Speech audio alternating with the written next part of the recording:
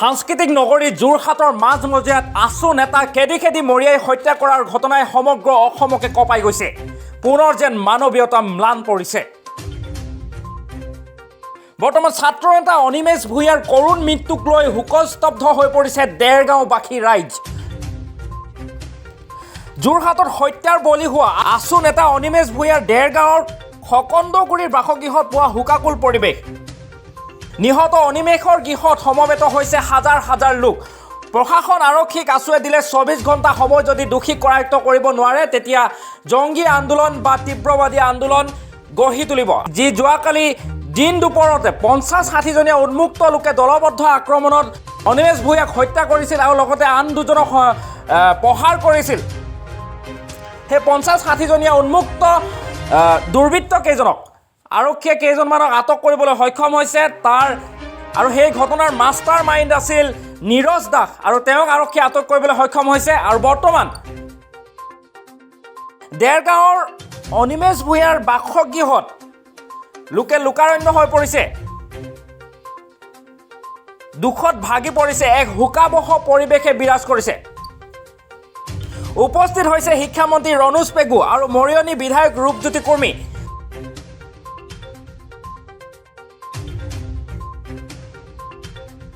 আৰু লগতে যোৰহাট জিলা উপায়ুক্ত।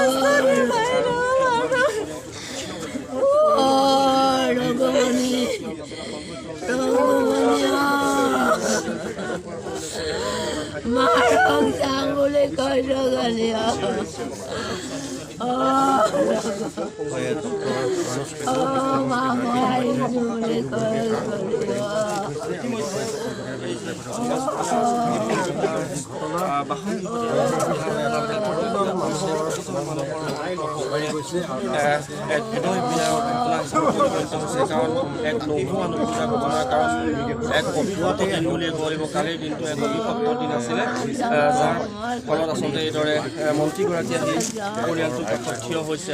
আমি পোনপটীয়াকৈ ND24 দেখুৱাইছোঁ এয়া সামগ্ৰিক পৰিৱেশ আৰু হয়তো বহু লোক আহিব আৰু বহু গুণমুগ্ধ এই শোক আৰু দেখুৱাইছোঁ কালি দুষ্কৃতিকাৰী আক্ৰমণৰ বলি হৈছিল অনিমেষ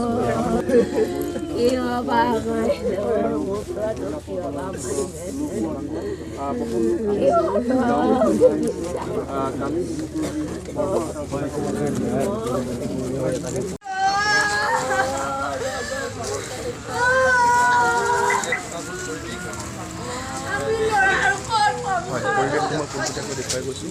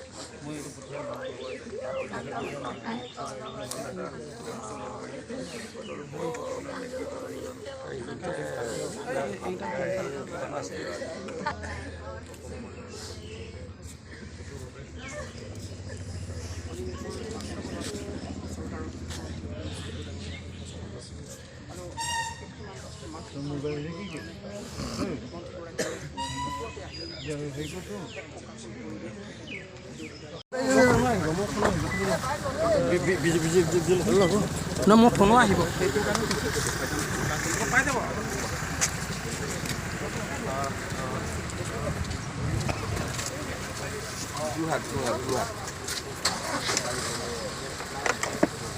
বৰ জামেলা পাই যাম ভিজুৱেল পাই যাম।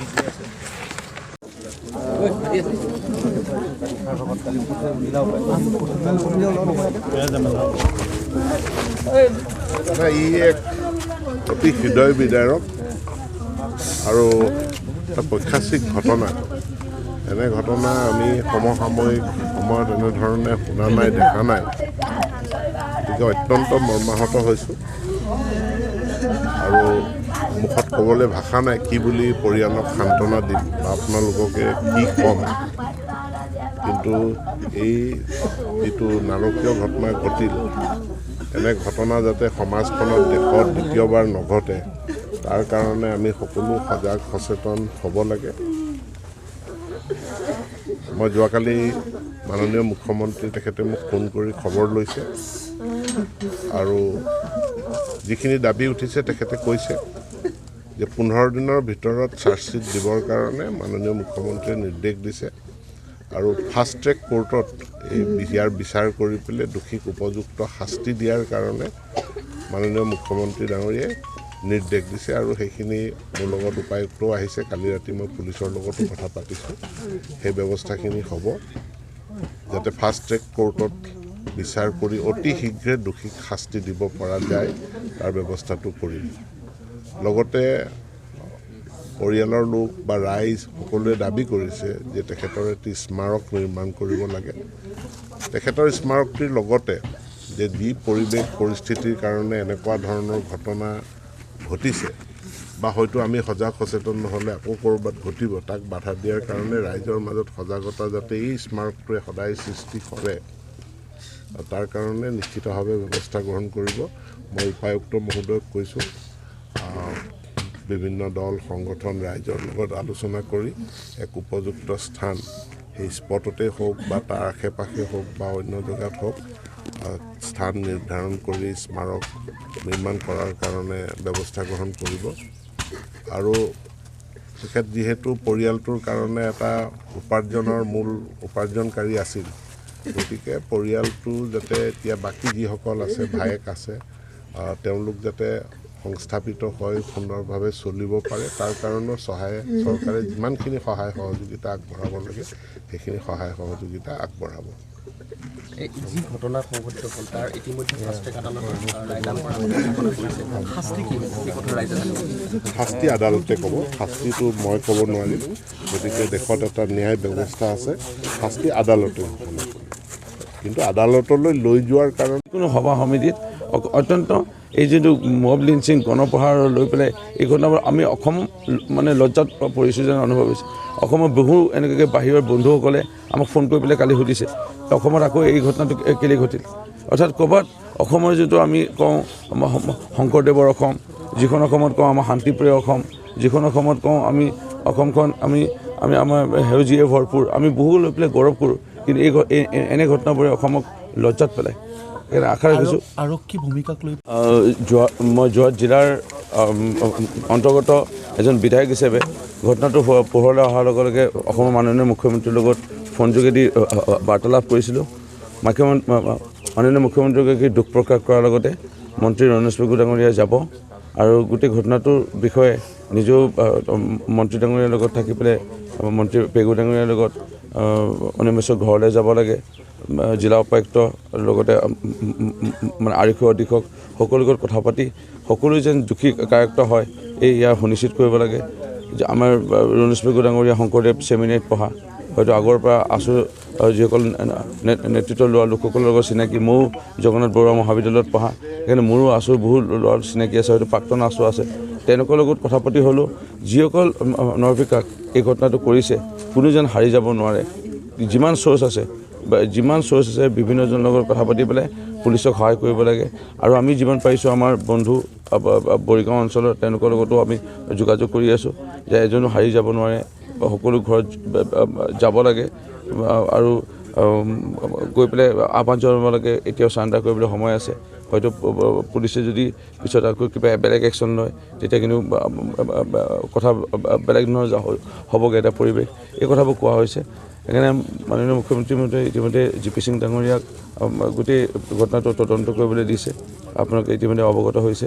ফাষ্ট ট্ৰেকৰ কথাটো ইতিমধ্যে উল্লেখ হৈছে, যিটো ৰাইজৰ দাবী সদৌ ছাত্ৰ সন্থাৰ দাবী এতিয়া উত্থাপিত হৈছে ইয়াৰ লগতে 15 দিনৰ ভিতৰত চাৰ্জশ্বিট দিয়াৰ কথা এই প্ৰসংগবোৰ মাননীয় মুখ্যমন্ত্ৰী গুৰুত্ব সহকাৰে লৈছে মই 2006 চনৰ পৰা বিধায়ক হৈ পৰা যিটো মোৰ ৰাজনীতি জীৱনত অসমৰ কেইটা ঠাইত মব লিঞ্চিং অৰ্থাৎ জনপ্ৰহাৰৰ এনেকৈ ঘটনা নীল অভিজিত ঘটনাই হওক ইয়াৰ লগতে আৰু কেইটা ঠাইত নামটিৰ দিন দুপৰতে বজাৰত এজন যুৱকক হত্যা কৰাই হওক এনেকৈ বহু ঘটনা মই দেখিছিলোঁ আৰু দেখি পেলাই এইটোৱে মই মানে অনুভৱ কৰিছোঁ যদি চৰকাৰে কঠোৰ নহয় আৰু সজাগতা সভাৰ যোগেদি প্ৰত্যেক জনগণক যদি বিভিন্ন পন্থা আছে এই পন্থাৰ যোগেদি সজাগতা নকৰে কিন্তু আমাৰ বহুত ভৱিষ্যতৰ দিনত এনে ঘটনা হোৱা সম্ভাৱনা আছে যোৰহাটত 3টা ঘটনা সংঘটিত হৈছে 2019 চনত 2020 চনত 2021 চনত কণ্টিনিউ 3টা হৈছে আৰু প্ৰশাসনক কি ক'ব বিচাৰে প্ৰশাসন বুলি নহয় আমি সকলোৱে সজাগ হ'ব লাগিব মই আহ্বান জনাম যিসমূহ আমাৰ বিভিন্ন ধৰ্মগুৰু আছে তেওঁলোকেও আমাৰ নামঘৰত যেতিয়া হয়তো ধৰ্মৰ বিষয়ে প্ৰচাৰ কৰে এবাৰ হ'লেও কয় যে আইন আছে প্ৰশাসন আছে কোনো এনে ঘটনা যদি প্ৰত্যক্ষ কৰে